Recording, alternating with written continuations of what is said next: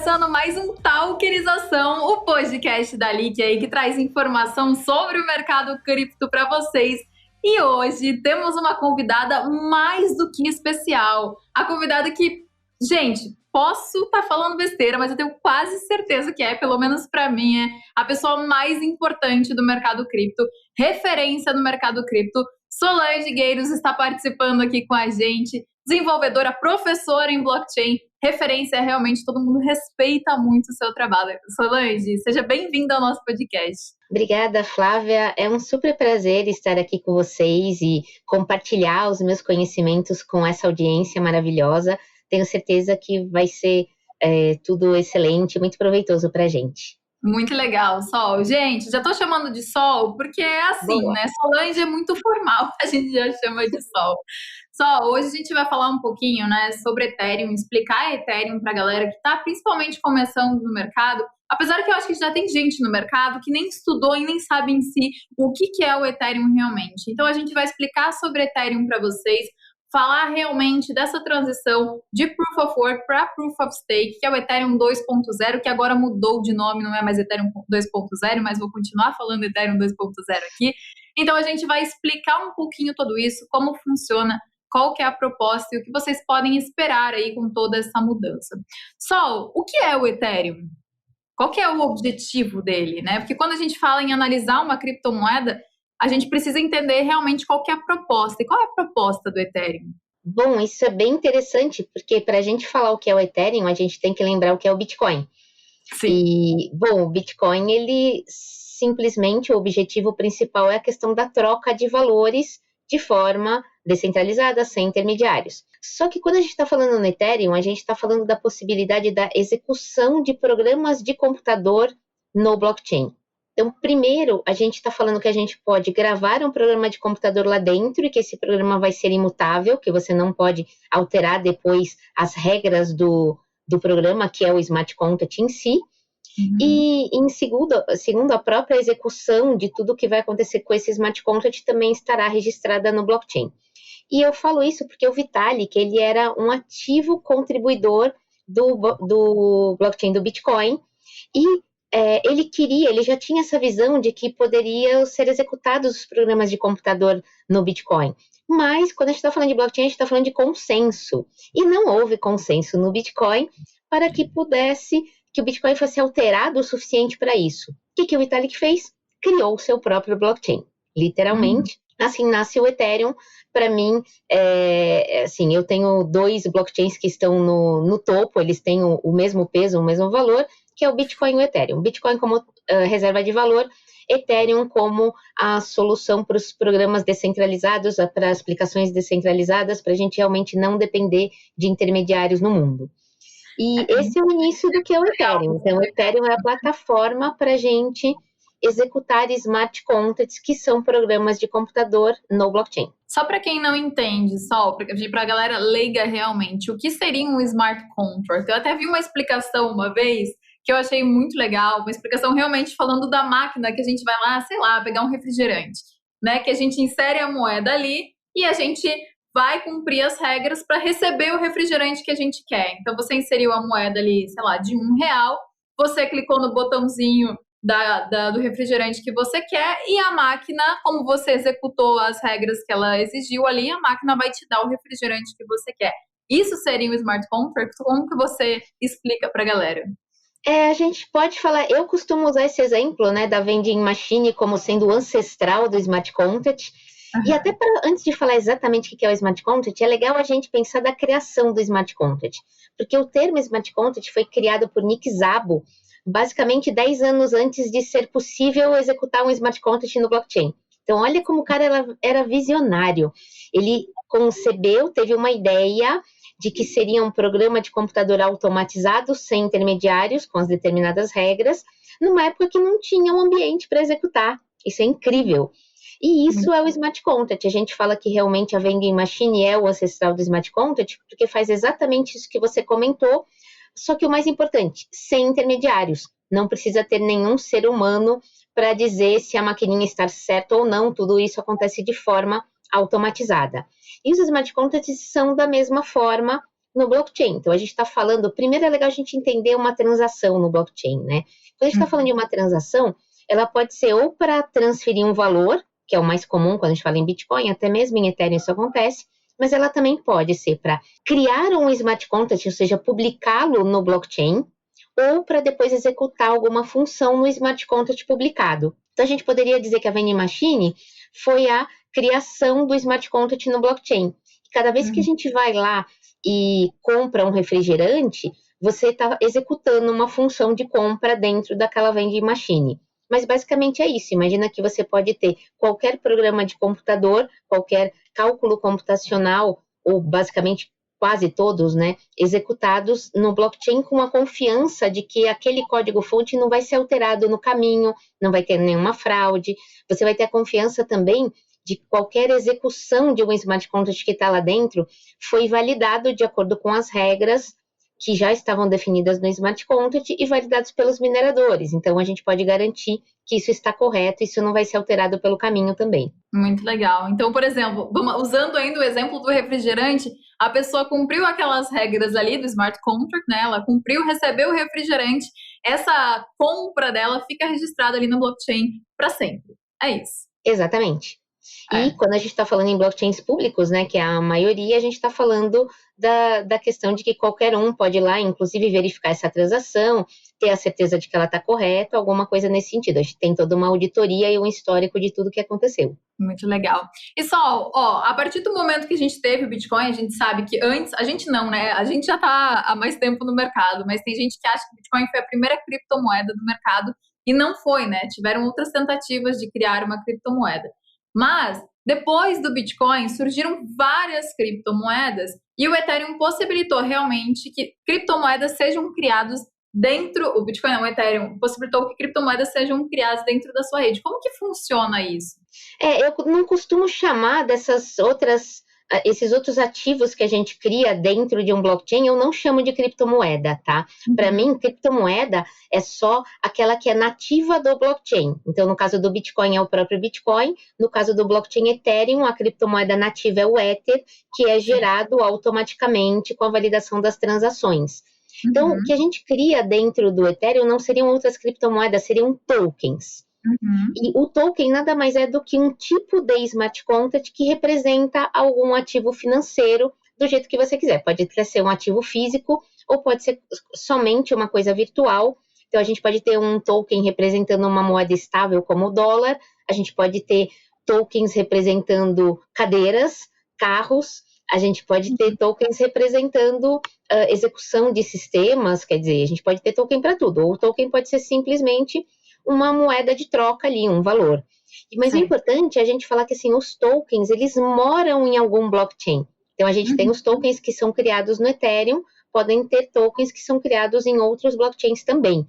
E a questão do token, ele foi muito importante até nesse início, quando a gente fala principalmente de 2016, 2017, porque isso possibilitou que determinadas empresas criassem suas empresas e a partir de tokens, e que elas colocassem essas ideias no mercado e que quem acreditasse naquela ideia comprasse aquele token e aí participasse da empresa. Isso teve dois lados, né? Porque realmente houve empresas sérias que fizeram excelentes projetos, mas essa foi a época que a gente chama da época dos ICOs, que era Initial Coin Offering, com uma alusão ao IPO da Bolsa, né, do Initial Public Offer, e que teve muito scam, muita coisa que foi realmente uma roubada, que você comprava um token, uma promessa, e no fundo o white paper era apenas um PowerPoint, nada aconteceu. Então teve os dois lados, tem que tomar um certo cuidado com isso. Mas quando a gente fala em token, eu até falo que a criação do token em si, como smart contract, não é tão difícil assim hoje em dia, já existem padrões que a gente usa,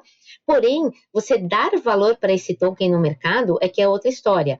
E o próprio token, ele tem que ter a regra de criação dele, né, de emissão. Então, vai ser um token com emissão limitada somente na criação? Ou é um token que podem ser emitidos mais tokens depois? O que vai acontecer? Isso valoriza ou desvaloriza o preço do token? Aonde estão os tokens hoje? Eles estão na mão dos donos ou eles já são criados espalhados entre os usuários? Então, nossa, quando a gente fala em token, tem 1 milhão de coisas aí que a gente pode pensar a respeito. Com certeza, a gente tem que fazer uma análise realmente também do token que a gente vai comprar. né? Tem. Porque hoje qualquer um pode criar um token, né? Pode ter o meu token, o seu token, qualquer um pode criar realmente, e o Ethereum facilita tudo isso. O que você acha mais incrível do Ethereum?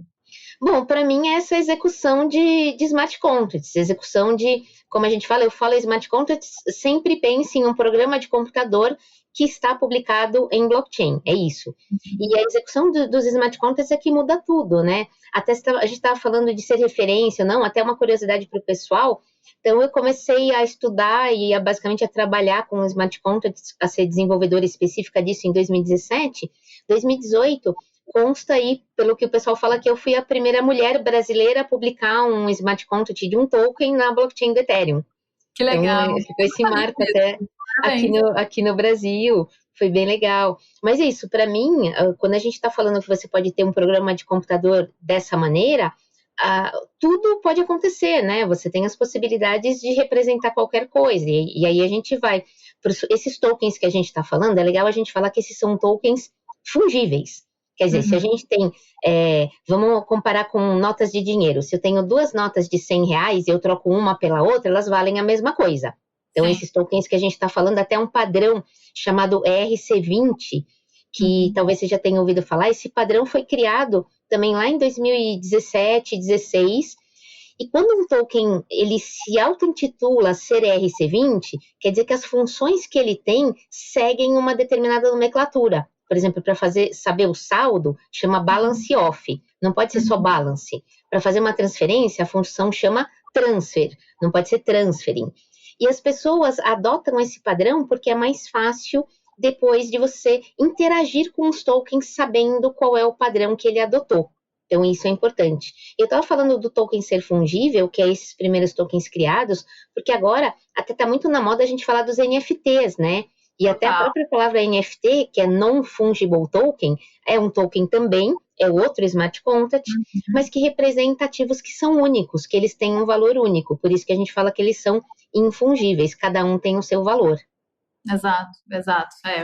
O NFT é diferente um pouco, né? Um é não fungível e o outro é fungível. São tokens, mas com propósitos diferentes. Exato, é importante entender essa diferença e realmente isso é incrível. Inclusive, gente, antes desse podcast, a gente já estava combinando, a gente vai fazer uma live com a Sol para mostrar para vocês como criar um smart contract. Eu estava falando para ela, eu queria muito ver, assim, porque a gente entende, a gente sabe, mas muitas vezes a gente não vê na prática. E eu acho que o mais legal é a gente ver realmente as coisas na prática, que foi assim que eu busquei entender no início do mercado, porque a partir do momento que você entende realmente como funciona, os olhos brilham assim e as coisas começam a fazer sentido, né? Para mim, eu tenho que ver realmente como tudo funciona para fazer sentido. Então, a gente vai fazer uma live mostrando isso para vocês. Vamos sim. Eu até queria comentar que eu adoro isso.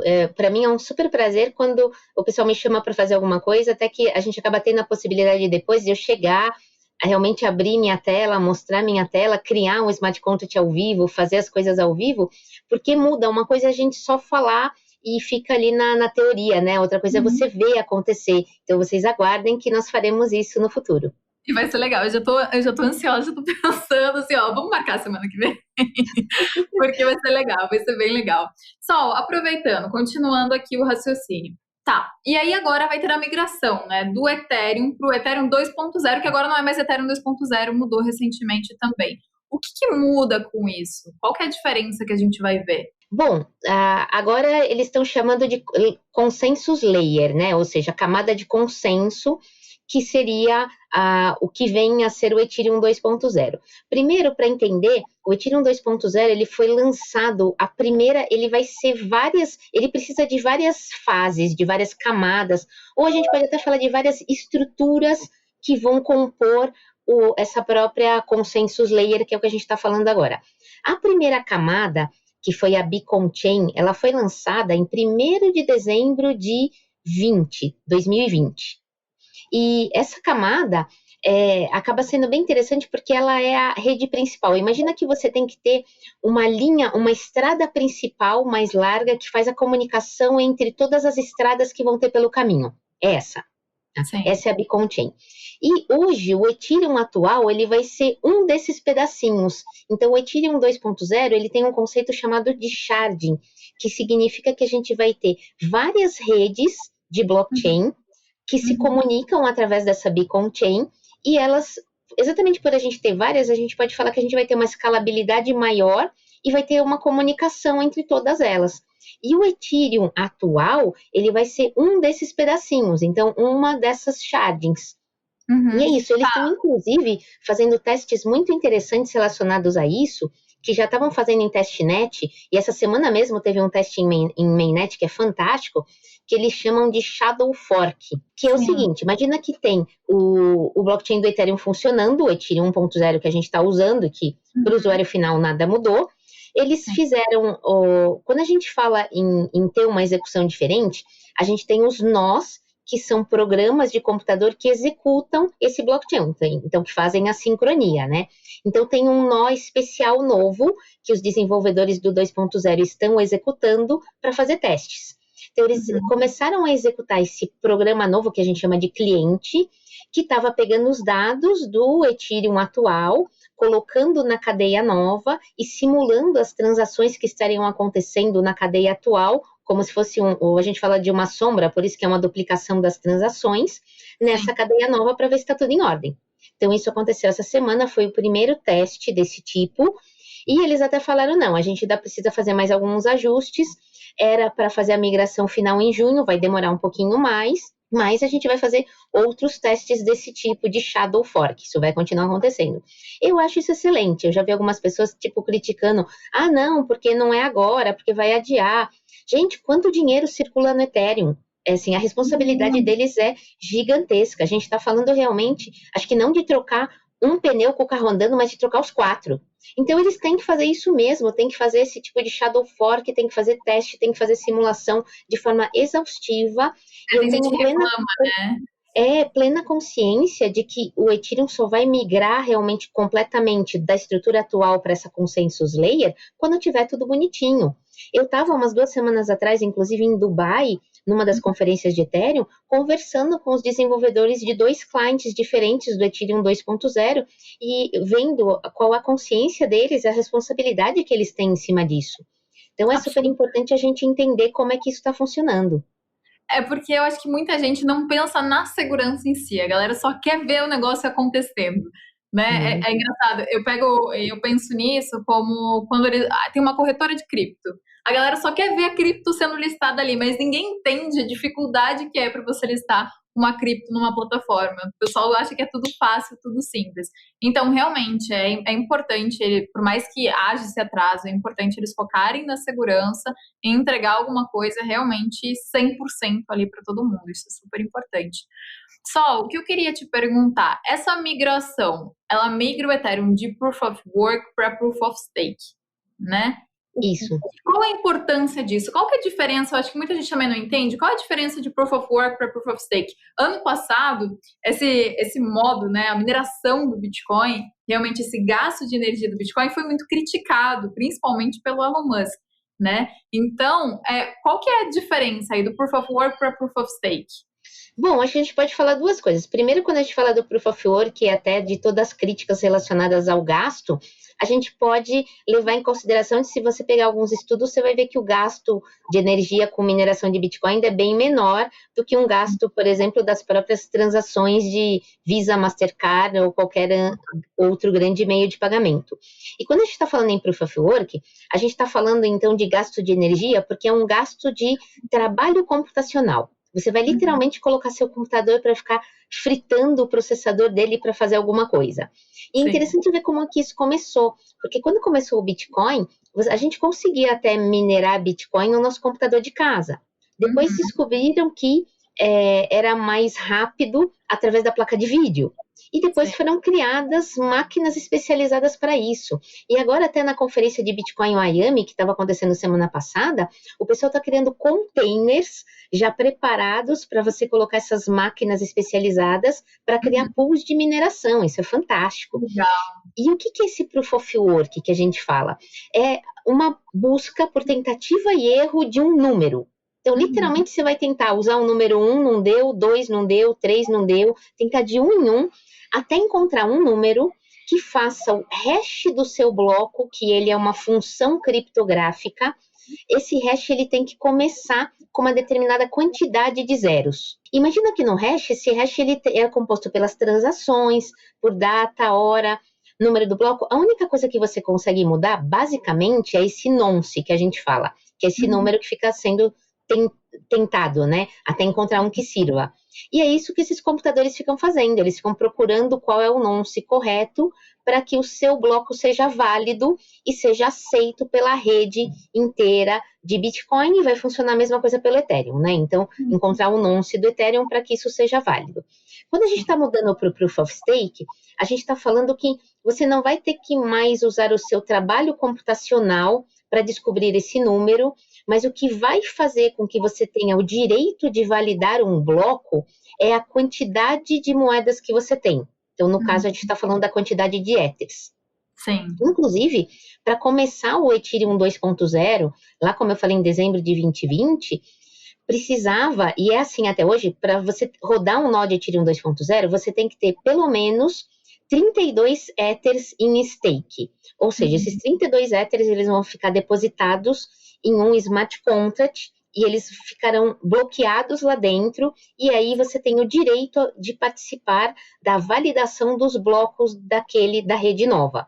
E eu falo muito em validação e não em mineração, porque o conceito mineração, ele vem dessa coisa de buscar o número, é como você minerar, que quando a gente está falando num Proof of Stake, não faz mais sentido, você só está validando as transações. E os próprios validadores, eles têm uma probabilidade maior ou menor de fechar um bloco, de validar, de acordo com a quantidade de tokens, ou que seja, de criptomoedas, de Ethers, no caso, que eles têm em stake. E é muito louco isso, para você ver o quanto o pessoal acredita no Ethereum. Então, desde dezembro de 2020, já estava muito acima do mínimo de Ethers necessários, que esse é 32 por minerador, né? Então, estava muito acima do número mínimo de mineradores necessários para que a rede entrasse no ar. Esse número continua crescendo. Essas pessoas que estão validando a cadeia do 2.0 hoje, estão validando uma cadeia que ainda não tem transações reais. Os Ethers que estão sendo gerados no 2.0, eles não podem ser transferidos, comercializados, você não consegue fazer nada com eles, além de manter eles lá na sua carteira. Então, esse pessoal está fazendo isso há mais de um ano. Por isso que eu falo, imagina você estar mantendo Ethers parados há mais de um ano, porque você acredita no que está acontecendo. Né? Porque existe um risco também de não dar certo. Exato. Né? Então, acreditar.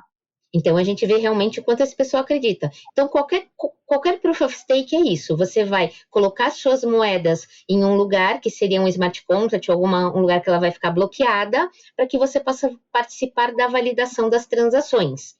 E o que acontece? Você pode perder suas moedas? Pode. Porque qual é o incentivo para você ser correto? Isso é o legal do blockchain, né? Porque o blockchain o tempo inteiro, ser correto é mais barato do que fazer coisa errada. É isso que você tem que pensar. Esse é o conceito do blockchain. E aí a gente está falando que se o seu computador, por exemplo, ele não está 100% do tempo online, a partir de um determinado ponto que ele não está online, você perde um pedaço das suas moedas. Se você validar uma transação que você diz que é correta, mas que não é, que os outros validadores, na hora de olhar e conferir, eles vão falar, isso aqui não estava correto, você perde moedas. Então, é isso. Tudo é feito e preparado para que você seja correto. Ser correto é mais barato e mais lucrativo. Sim, na vida, né? Na verdade. Exato. Mas como funciona essa validação em si? Tá? Então, você deixou suas moedas travadas lá, porque isso talvez seja uma dúvida da galera. Então, como funciona essa validação em si? Você deixou suas moedas travadas. E a partir de agora, essa mineração em si, na prática, que seja tipo um exemplo assim, muito claro, como ela vai funcionar? Porque minerar, o caso da mineração, ela é muito clara, assim. Mas aí, de resto, o Proof of Stake, como vai funcionar realmente essa validação? Então, o Proof of Stake, ele depende da quantidade. Imagine que, assim, a gente está pensando em bilhetes de loteria. Quanto mais bilhetes você tem, maior a chance de você ter o direito de minerar um bloco correto, ou seja, de validar um bloco. A gente não vai falar em mineração. Sim. Então, quanto mais Ethers eu tenho em stake, ou seja, mais Ethers eu tenho bloqueado, maior a possibilidade de eu ganhar mais tickets e ter mais direitos a minerar ou a validar os blocos. Um bloco em si, aí tanto faz se a gente está falando em Proof of Work ou Proof of Stake, a gente está falando que o validador, ele pega determinadas transações, ou seja, ele escolhe as transações, fecha essas transações no que a gente chama de um bloco. Então, imagina que você tem uma caixinha com uma determinada capacidade, como se você pensa na sua mala de viagem, ela tem uma capacidade. Então, você vai colocar tudo que você puder dentro da mala. Então, é isso, são os validadores pegando as transações e colocando no bloco.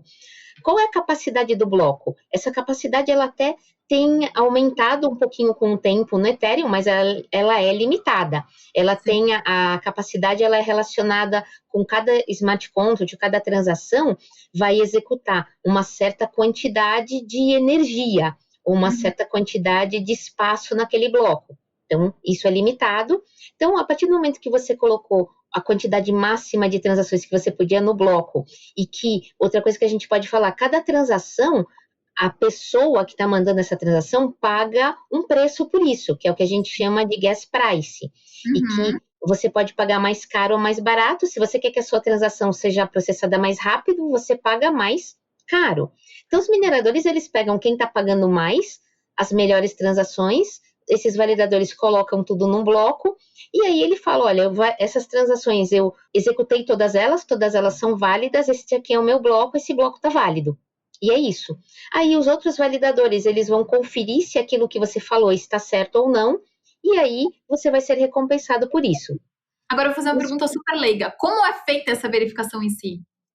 Então, tipo, olha, isso aqui check, tá ok. Como ela é feita? É quase isso. E aí a mesma coisa para Bitcoin ou para Ethereum, que a gente está falando de um programa de computador chamado client. Então, cada blockchain tem os seus clients, e principalmente quando a gente fala no Ethereum, até no Ethereum atual tem clients diferentes. Tem o client chamado Geth, que é feito em Go, tem o outro que é o Parity, tem um outro que é feito em C Sharp. Então, tem clients diferentes. Não importa o client tem que ter a capacidade de ler a base de dados do blockchain, de ver o que já aconteceu, de ver o que a gente chama de mempool, que é onde ficam as transações que não foram validadas ainda. Sim. E aí, ele vai validar essas transações que estiveram naquele bloco. Então, vamos pensar de uma forma mais simples. Fulano quer transferir 5 Ethers da carteira, ele é o dono da carteira A, ele quer transferir 5 Ethers, eu, Solange, quero transferir 5 Ethers para a carteira da Flávia. Então, o validador vai olhar. Primeiro, eu tenho a assinatura dessa carteira que eu estou tentando transferir os Ethers? Legal, tenho, eu sou realmente a dona, eu estou provando que eu sou a dona. Segundo, eu tenho esses 5 Ethers para transferir para a Flávia? Tenho. Então, isso é uma transação válida? É. Então, essa transação será incluída no bloco. Aí, o outro validador, ele vai olhar já o bloco fechado e vai ver, essa transação está nesse bloco. Realmente, ele vai fazer a mesma validação. A Solange é dona dessa carteira, ela conseguiu assinar, ela tem 5 Ethers, pode transferir. Aí a gente pode ter uma transação que é para criar um smart contract. E aí você pode criar qualquer coisa que seja no smart contract, uma smart contract para fazer um depósito, ou para fazer uma votação de uma DAO, ou para fazer um seguro, que seja o que a gente chama de opcodes, ou as instruções do smart contract, elas têm que estar válidas de acordo com a máquina virtual de Ethereum. Então, você vai ouvir falar muito no termo EVM, Ethereum Virtual Machine, que nada mais é do que esse conceito de um computador global que vai executar o smart contract que está lá dentro. E até um parênteses, a gente tem diversos blockchains que eles são criados baseados na EVM do Ethereum, ou seja, se você cria um smart contract nesse outro blockchain, você usa a mesma linguagem Solidity, ele vai ser validado quase da mesma forma. Aí, voltando. Então, esses programas, esses clients, eles são programas que estão preparados para validar essas transações de transferência, a transação de criação do smart contract, a transação de execução de alguma coisa no smart contract. Então, não é uma pessoa que vai lá e olha, mas sim um programa de computador chamado client daquele blockchain que está validando se aquilo está fácil, está certo ou não, né? Proof of Work como para Proof of Stake. Isso é igualzinho. Mas essa verificação é feita da mesma maneira, no caso. Da mesma maneira. O que muda é a recompensa. E outro utiliza as criptos que estão travadas. Isso. E a outra, o que muda é a recompensa que você recebe quando você tem um bloco validado corretamente.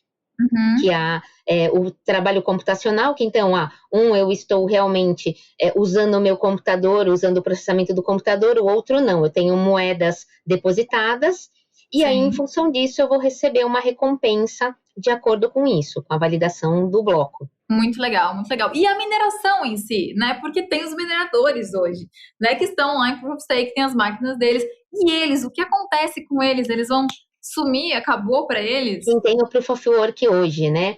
Para falar a verdade, muitos deles já estão se preparando para ir para o Proof of Stake, né?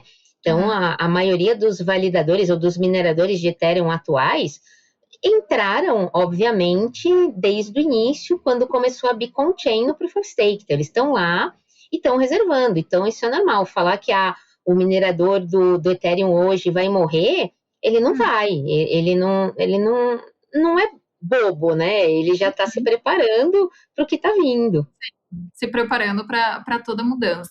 E agora, Sol, em relação às taxas, né, do Ethereum, porque hoje, gente, é um grande problema. Você vai fazer uma transferência, é uma grande taxa, realmente é um peso para o bolso, principalmente quando a gente tem uma rede congestionada. Então, ano passado estava todo mundo reclamando que a taxa para transferir estava muito, muito alta. O que muda agora, realmente? Por que a taxa ela deve ficar mais baixa, que é o que todo mundo está falando?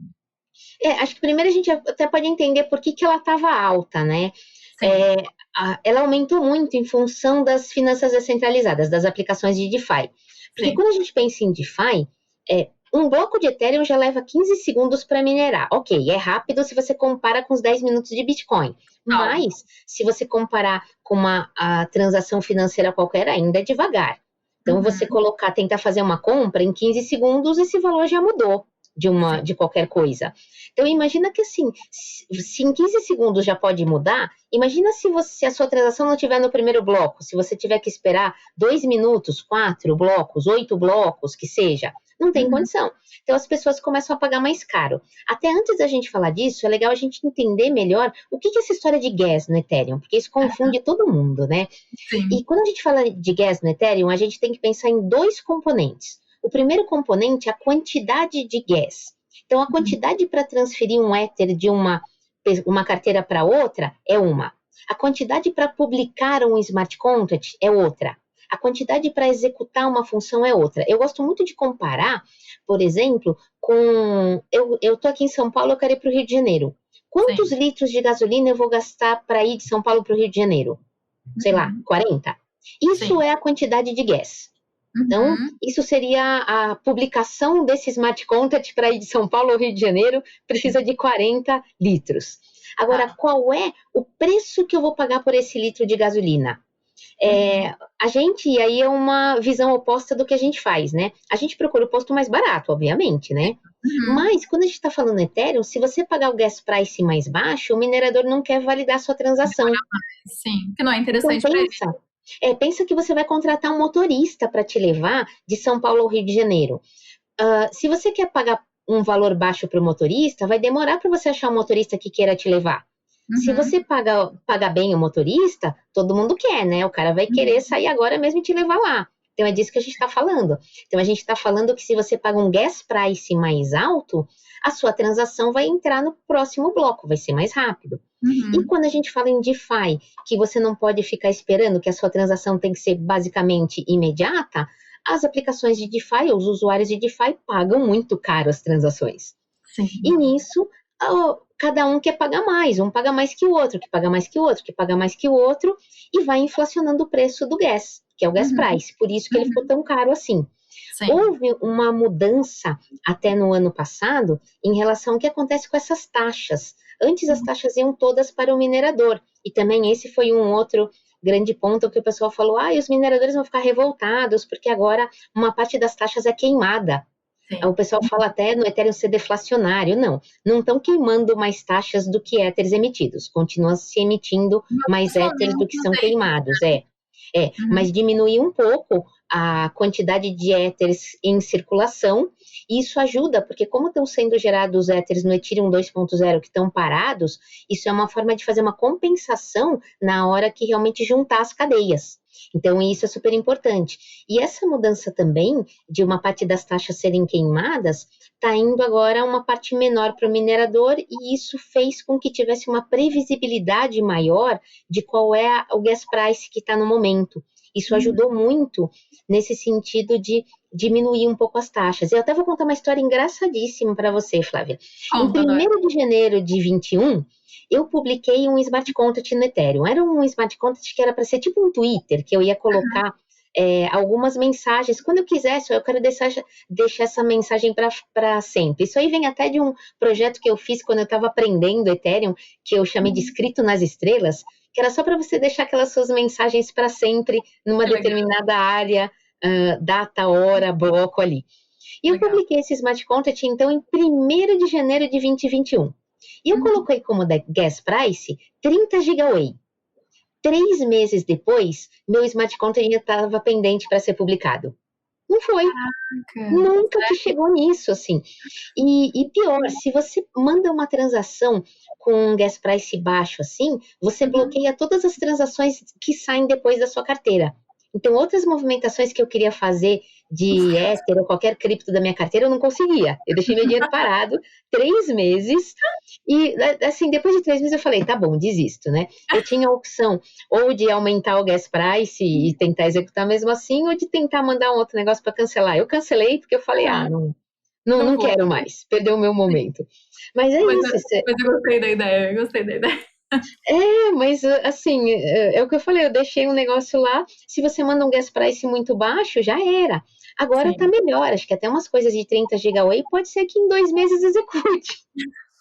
Mas naquela época, de jeito nenhum, assim. E é isso que é para as pessoas entenderem o que é o gas price. Quando a gente vai numa carteira, até seja no MetaMask, numa carteira do celular, isso já é calculado automaticamente. Qual é o gas price do momento que você tem que usar para sua transação ser processada agora? E eles geralmente têm, olha, nesse instante, ou em 10 minutos, ou em 1 hora, alguma coisa assim. Mas é muito interessante a gente entender como é que isso funciona. É importante a gente entender, porque quando a gente vai transferir, mesmo de uma corretora para fora, né, para nossa carteira, ali tem a opção de transação rápida, média, né, lenta. Então, assim, você consegue ter noção do que está acontecendo.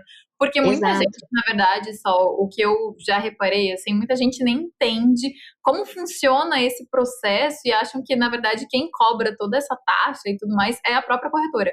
E não é. Várias pessoas reclamam, nossa, a corretora tá me roubando, não sei o quê. Na verdade, não, gente, é taxa porque a rede está congestionada, né?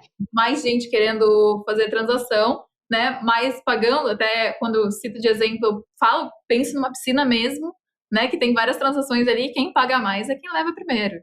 Né? É realmente isso. Isso é muito legal. Então, a tendência agora, com essa migração, é que a taxa ela fique mais baixa. Isso, exatamente. Por que ela vai ficar mais baixa? Porque a gente está falando em escalabilidade também. Então, a gente está falando que daí a gente vai conseguir processar mais transações ao mesmo tempo. E processando mais transação ao mesmo tempo, você não precisa pagar tão caro para sua transação poder ser processada. Imagina que, assim, ao invés de você ter uma estrada com uma faixa, a gente está falando que vai ter uma estrada agora com 4 faixas. Então, vai ter mais circulação, então pode ser mais barato para que isso circule. Então, você pode pagar uma taxa mais baixa e, mesmo assim, sua transação vai ser processada mais rapidamente. E isso é uma grande vantagem para o investidor, até porque DeFi com tudo aí, né? Ethereum, com certeza, a minha carteira de hold é Bitcoin e Ethereum.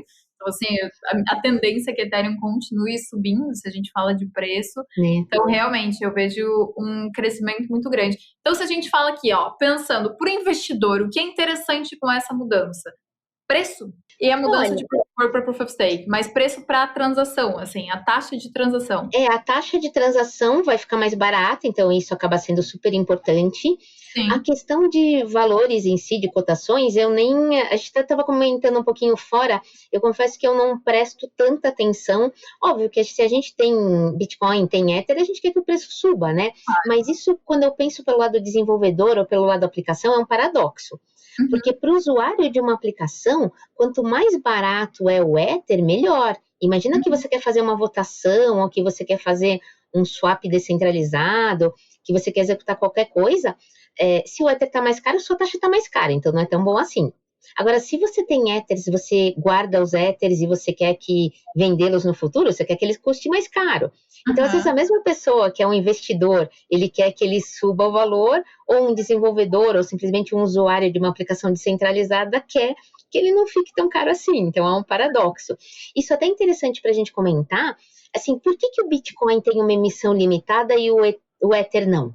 Esse é legal, porque tem tudo a ver com isso. Isso é bem legal. O Bitcoin é limitado porque ele tem esse conceito mesmo de reserva de valor, como o ouro, de ser limitado. O Ether não. O Ether ele foi criado para ser combustível para os smart contracts. Então, ele tem uma emissão ilimitada, ele acaba tendo um controle de quanto é emitido por ano, para que não se emita demais e desvaloriza, ou se emita de menos e valoriza demais, mas ele tem um controle e ele sempre vai ter uma emissão ilimitada porque ele é combustível para os smart contracts. A gente usa isso para qualquer transação dentro do blockchain Ethereum. Muito legal. Nossa, que aula, Sol. Eu tô aqui, ó.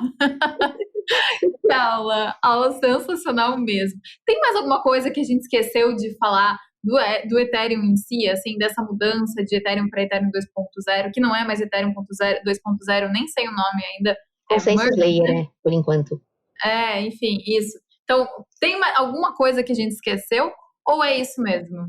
Bom, quando a gente está pensando em investidores, em pessoas que compram Ethereum, eu teria duas coisas para falar. Primeiro, desde que foi lançado o Ethereum 2.0, lá em dezembro de 2020, tem algumas corretoras, até principalmente as internacionais, já vendendo Ethereum 2.0. O que elas estão fazendo, no fundo?